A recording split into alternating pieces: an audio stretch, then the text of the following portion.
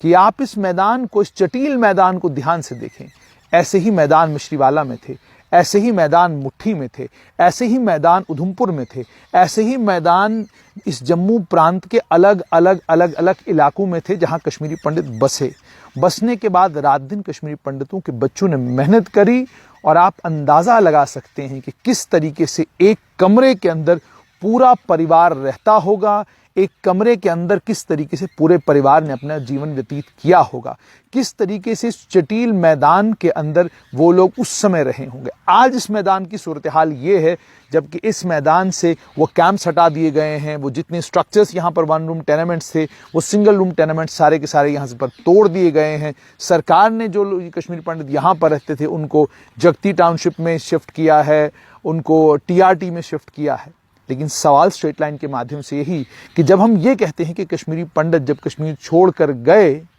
तो वो जेनोसाइड नहीं था, तो क्या इस चटीले मैदान को देखने के बाद, इस पथरीले मैदान को देखने के बाद आपके मन में ये सवाल नहीं आता कि वो कश्मीरी पंडित जो 3 स्टोरी 4 स्टोरी बिल्डिंग में रहता था,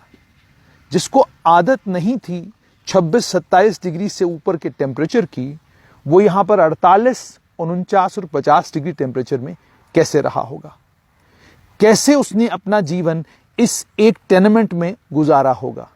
तो क्या आप काबिल सताइश और काबिल दाद इस कश्मीरी पंडित कम्युनिटी को नहीं मानते, जिस कम्युनिटी ने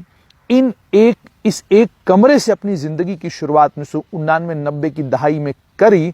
और आज ये कम्युनिटी देश भर में तो है ही है, लेकिन अंतर्राष्ट्रीय स्तर पर भी कश्मीरी पंडितों ने अपना एक नाम और अपनी एक पोजीशन बनाई है। ये भी एक सच्चाई है कि गुच्छी जैसा बैकवर्ड इलाका कुपवाड़ा का, हिंदवाड़ा का और न जाने कितने और ऐसे बैकवर्ड एरियाज थे, कितने ऐसे पिछड़े गांव थे जिनसे कश्मीरी पंडित यहां पहुंचे, इस एक कमरे में रहे, जिंदगी जी और जीने के बाद वो लोग खड़े हुए। मगर जब कश्मीरी पंडितों से हम बात करते हैं, हमने TRT कैंप्स में जब उनसे बात की, तो बात करते ही वो जख्म जो उनको लगे हैं, थोड़ा सा उन जख्मों को जब कुरेदते हैं तो तकलीफ, दर्द फौरन बाहर आ जाती है। कई लोग ये बात करते हैं कि किस तरीके से उनके दादा दादी उनकी आंखों के सामने उनसे जुदा हो गए। कई ये कहते हैं कि किस तरीके से सांप के डंक से उनके घर परिवार का सबसे प्यारा सदस्य उनसे छिन गया। कई ये बताते हैं कि डिप्रेशन के मरीज किस तरीके से कश्मीरी पंडित हुए, जब उनको ये ख्याल आता था, ये दिल में एक सोच आती थी कि हम कि 6, 7, 8 कनाल के रकबे में रहने वाले लोग महदूद होकर 2 बाय 2 फुट, 3 बाय 3 फुट के कमरे में कैसे महदूद हो गए। क्या ये जेनोसाइड नहीं है? और अफसोस तो ये होता है कि जब हम ये बात स्ट्रेट लाइन के माध्यम से करते हैं तो लोगों को ये बातें अच्छी नहीं लगती, और जब हम और कुरेदने की कोशिश करते हैं तो कई कश्मीरी पंडित तो यहाँ तक कह देते हैं कि जब हम कैंप में रहते थे कई बार मन करता था कि खुदकुशी कर लें। बेटी को कपड़े बदलने हैं तो जाए कहाँ? बाप को सुबह तैयार होकर सड़क पर प्रोटेस्ट करने के लिए निकलना है, कैसे निकले? ये सब वो सवाल हैं जिन सवालों के जवाब कश्मीर के समाज को ढूंढने होंगे।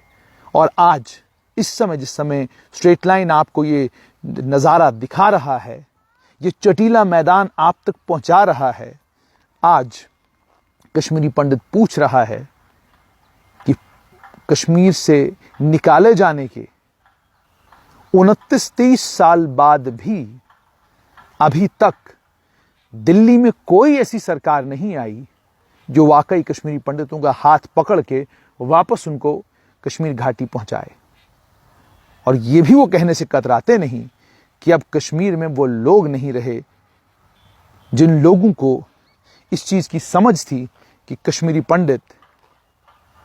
कश्मीर के लिए कितना जरूरी है। स्ट्रेट लाइन आज आपको नगरोटा लाया। स्ट्रेट लाइन ने नगरोटा में ये मैदान आपको इसलिए दिखाया ताकि वो तमाम लोग जो कश्मीरी पंडितों के विस्थापन को हिस्ट्री के पर्सपेक्टिव में इधर या उधर देखने की कोशिश करते हैं, इंसानियत के पहलू से देखिए तो आपको ये मालूम पड़ेगा कि मौत से बदतर जिंदगी कश्मीरी पंडितों ने 28 साल कश्मीर से बाहर जी है। इसमें कोई शक नहीं कि जिस भी जगह वो रहे उस जगह के लोगों ने बड़ा दिल करके उनको जगह दी। लेकिन ज़रा सोचिए, जब आप अपना घर छोड़कर आते हैं, जब आप अपना परिवार छोड़कर आते हैं, रात के अंधेरे में वो मकान, जिस मकान को बनाने में आपने अपनी ज़िंदगी